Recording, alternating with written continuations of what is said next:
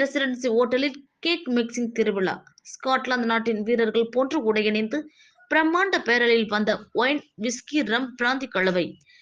Residency ஓட்டலில் cake mixing நிகழ்ச்சியில் 500 kilo எடையிலான பிரம்மாண்டமான பிளம் கேக் தயாரிக்கும் பணிகள் துவக்கம். டிசம்பர் மாதத்தில் கோலாகலமாக கொண்டாடப்பட உள்ள கிறிஸ்துமஸ் பண்டிகையை முன்னிட்டு தமிழகத்தில் உள்ள பல்வேறு நட்சத்திர விடுதிகளில் பிளம் கேக் தயாரிக்கும் பணி துவங்கியுள்ளது.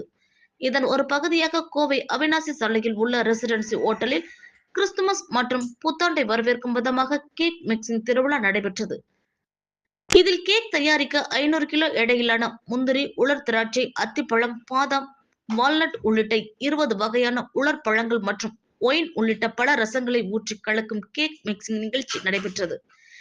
இதில் ரெசிடென்சி ஊழியர்கள், சமூக ஆர்வலர்கள், வாடிக்கையாளர்கள் உட்பட பலர் ஆர்வமுடன் கலந்து கொண்டனர்.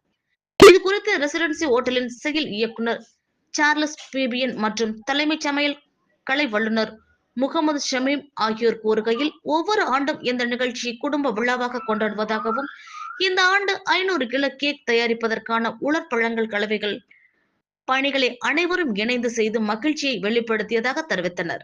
குறிப்பாக கேக் தயாரிக்க பயன்படும் கலவைகளின் முக்கியமான ஒயின், பிராந்தி, ரம், விஸ்கி போன்ற திரவியங்களை ஒரு பிரம்மாண்டமான பேரலில் ஸ்காட்லாந்து வீரர்கள் போன்று உடையணிந்த வீரர்கள் எடுத்து வந்து கேக் மிக்சிங்கில் கலந்ததாக அவர் தெரிவித்தார்.